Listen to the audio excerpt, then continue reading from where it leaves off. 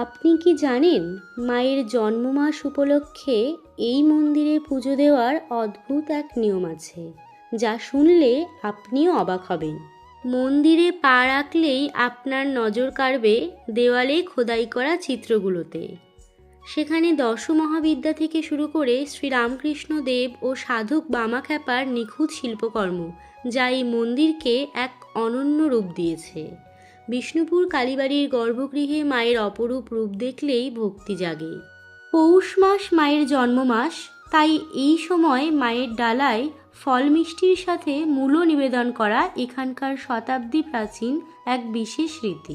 পৌষের এই উৎসবে মন্দির প্রাঙ্গণে বসে জমজমাট মেলা।